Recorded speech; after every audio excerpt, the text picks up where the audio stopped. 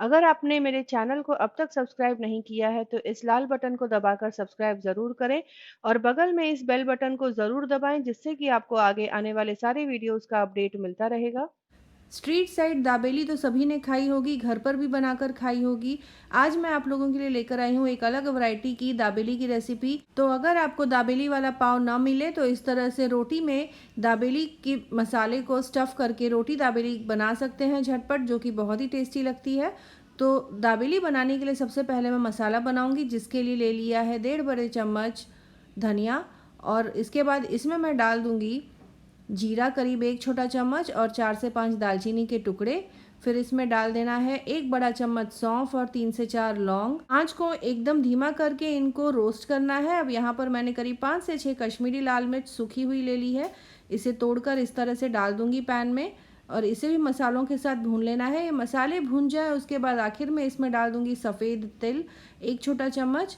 सफ़ेद तिल को भूनने में बहुत ज़्यादा वक्त नहीं लगता है, इसीलिए उसे एकदम आखिर में डालें।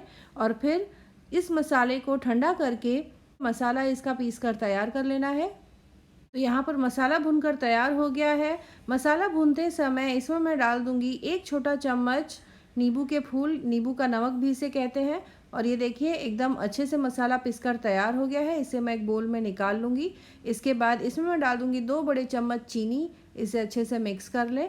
तो यहाँ पर दाबेली का मसाला बनके तैयार हो गया है। इसके बाद मैं बनाऊंगी मसाला सिंगदाना, जो कि दाबेली में आपने देखा होगा यूज़ किया जाता है, जिससे कि दाबेली बहुत टेस्टी लगती है। मसाला सिंगदाना बनाने के लिए यहाँ पर मैंने कढ़ाई में ले लिया है 1 बड़े चम्मच तेल। बहुत ज़्यादा तेल की ज़रूरत नहीं है। इसमें मैं डाल दूंगी 2 कप के बराबर भुना हुआ सिंगदाना और भून कर उसका छिलका निकाल लिया है। इसे तेल में हल्का सा रोस्ट कर लें, ताकि मसाला जब हम सिंगदाने पर डालेंगे तो सिंगदाना अच्छे से मसाले से कोट हो जाएगा। आंच को मैंने एकदम लो फ्लेम पर रखा हुआ है। सिंगदाना पहले ही भुना हुआ है, इसीलिए बहुत ज़्यादा भुनने की ज़रूरत नहीं है। अब मसाले में मैंने डाल दिया है 1 छोटा चम्मच कश्मीरी लाल मिर्च पाउडर, आधा छोटा चम्मच काला नमक और आधा छोटा चम्मच चाट मसाला। इनको अच्छे से मिक्स कर लें। अगर आपको ज़रूरत लगे तो थोड़ा सा कश्मीरी लाल मिर्च पाउडर और डाल सकते हैं। यहाँ पर मैंने आधा छोटा चम्मच कश्मीरी लाल मिर्च पाउडर और डाल दिया है और 1/4 चम्मच हल्दी पाउडर। इसके बाद इसे अच्छे से मिक्स कर लें। तो यहाँ पर हमारा मसाला सिंगदाना बनकर तैयार हो गया है। इसे मैं एक बोल में निकाल लूँगी। अब मैं बनाऊंगी दाबेली के लिए स्टफिंग, जिसके लिए 2 बड़े चम्मच मैंने पिसा हुआ मसाला ले लिया है एक बोल में और इसमें डाल दूंगी 3/4 कप के बराबर पानी। मसाला अच्छे से पानी में मिक्स कर लें ताकि इसका एक घोल बन जाए। इसके बाद कढ़ाई में मैं ले लूँगी 3 से 4 बड़े चम्मच तेल। गरम तेल में मैं डाल दूँगी 1 टेबलस्पून कश्मीरी लाल मिर्च पाउडर और आधा छोटा चम्मच हल्दी पाउडर। और इस घोल को गरम तेल में डालकर थोड़ा सा अच्छे से मिक्स कर लें। ऐसा करने से आलू का जो मसाला है बहुत ही सॉफ्ट बनेगा और साथ ही साथ इस मसाले को आलू में मिक्स करने में बहुत ज़्यादा मेहनत नहीं लगेगी। इस घोल में मैंने यहाँ पर नमक डाल दिया है स्वाद अनुसार। यहाँ पर डाल दिया है मैंने चुटकी भर के बराबर करीब रेड ऑरेंज फूड कलर, जो कि चाइनीज़ में यूज़ किया जाता है। ये ऑप्शनल है, लेकिन इससे बहुत अच्छा रंग आएगा मसाले में। इसके बाद उबला हुआ आलू, जो कि करीब 400 ग्राम है, उसे डाल दूँगी। अब इस आलू के मसाले को इस तरह से पोटैटो मैशर से मैश करके मसाले के साथ अच्छे से मिक्स कर लूँगी। तो यहाँ पर मेरा प्रोसेस एकदम झटपट हो गया है और मसाला भी झटपट बनकर तैयार हो जाता है। इसके बाद इस मसाले को करीब 2 मिनट के लिए भून लूँगी, ताकि मसाले का पूरा फ्लेवर आलू में अच्छे से मिक्स हो जाए। अब यहाँ पर आलू का मसाला बनकर तैयार हो गया है। आखिर में थोड़ा सा बारीक कटा हुआ हरा धनिया डालकर गार्निश करके इसे मिक्स कर लूँगी। हरे धनिया से बहुत अच्छा फ्लेवर आ जाएगा। इसके बाद इस मसाले को एक प्लेट में निकाल कर फैला लेना है। जैसा कि आपने देखा होगा स्ट्रीट साइड मसाला थाली पर फैलाकर उसको फ्रूट्स और काफ़ी सारी चीज़ों से गार्निश किया जाता है। तो यहाँ पर मैंने मसाले को एक प्लेट पर फैला लिया है। इसे अब थोड़े से बारीक कटे हुए हरे धनिए से गार्निश कर लूँगी। थोड़ा सा ताज़ा नारियल मैंने कद्दूकस करके रखा हुआ है, उससे गार्निश कर लूँगी। इसके बाद मेरे पास अंगूर है यहाँ पर, जिसे मैंने छोटे टुकड़ों में काट लिया है, उससे गार्निश कर लूँगी। आप इसकी जगह अनार के दाने, चाहे पाइनएप्पल, जो आपके मनपसंद का फ्रूट हो, ध्यान रखें कि थोड़ा खट्टा मीठा फ्लेवर हो, उस तरह के फ्रूट्स ही आप इसमें यूज़ करें, जिसका बहुत अच्छा फ्लेवर आता है। अब मैं यहाँ पर बना लूँगी हरी चटनी, यानी थोड़ी सी तीखी चटनी, जिससे कि बहुत चटपटा फ्लेवर आएगा। जिसके लिए थोड़ा सा मैंने बारीक कटा हुआ हरा धनिया डाल दिया है ब्लेंडर में और यहाँ पर कुछ मिर्चें ली है मैंने जो कि लाल रंग की है, आप इसकी जगह हरी मिर्च भी यूज़ कर सकते हैं। थोड़ी सी लहसुन मैंने ले लिया है, करीब 6 से 7 कलियां, और इनको पीस कर इसका स्मूथ पेस्ट बना लें। नमक डाल दूंगी स्वाद अनुसार और एक बार और ब्लेंड कर लूँगी ताकि सारी चीज़ें अच्छे से ब्लेंड हो जाए।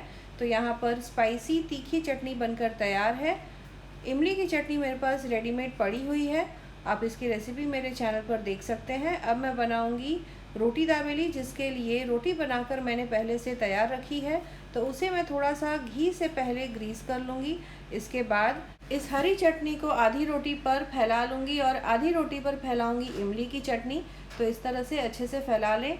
आप अगर ज़्यादा मीठा पसंद करते हैं तो इमली की चटनी को क्वांटिटी में ज़्यादा रखें, थोड़ा तीखा पसंद करते हैं तो हरी चटनी को रखें क्वांटिटी में थोड़ा सा ज़्यादा। अपने टेस्ट के हिसाब से चटनी को कम या ज़्यादा कर सकते हैं। तो यहाँ पर मैंने दोनों चटनियों को फैला लिया। इसके बाद आलू का जो मसाला है इसे आधी रोटी पर अच्छे से फैला लें। अब इस आलू के मसाले के ऊपर थोड़ा सा बारीक कटा हुआ प्याज और थोड़ा सा मसाला सिंगदाना डालकर इसे मैं तैयार कर लूँगी। इसके बाद रोटी को फोल्ड करके मोड़कर तवे को मैंने पहले से गर्म होने के लिए रख दिया है, तवा अच्छे से गर्म हो जाए उसके बाद इस रोटी को हल्का सुनहरा होने तक दोनों तरफ से सेक लेना है। सेकते समय थोड़े से घी डाल दूँगी तो घी से बहुत अच्छा टेस्ट आएगा। यहाँ पर मैं बटर का यूज़ नहीं कर रही हूँ, घर के लिए बन रहा है, घी सेहत के लिए बहुत अच्छा होता है तो घी का यूज़ करें। और यहाँ पर इस तरह से दोनों तरफ से सेक लें, एक तरफ से सिक जाए इसके बाद देसी घी को रोटी के ऊपर इस तरह से फैला लें। तो इस तरह से दोनों तरफ से रोटी दाबेली को सेक कर तैयार कर लें। हल्का सा क्रिस्पीनेस आ जाएगा रोटी में। आंच को धीमे फ्लेम पर रखा हुआ है तो इससे रोटी जलेगी नहीं और हमारा रोटी दाबेली यहाँ पर बनकर तैयार हो जाएगा। अब दूसरे तरीके से ऐसे भी बना सकते हैं कि रोटी को 4 फोल्ड करके एक पॉकेट की तरह बना लें और फिर उसमें ये सारी स्टफिंग्स डालें, जिस तरह से पाव में दाबेली के मसाले को भरा जाता है। तो इस तरह से भी आप रोटी दाबेली बना सकते हैं।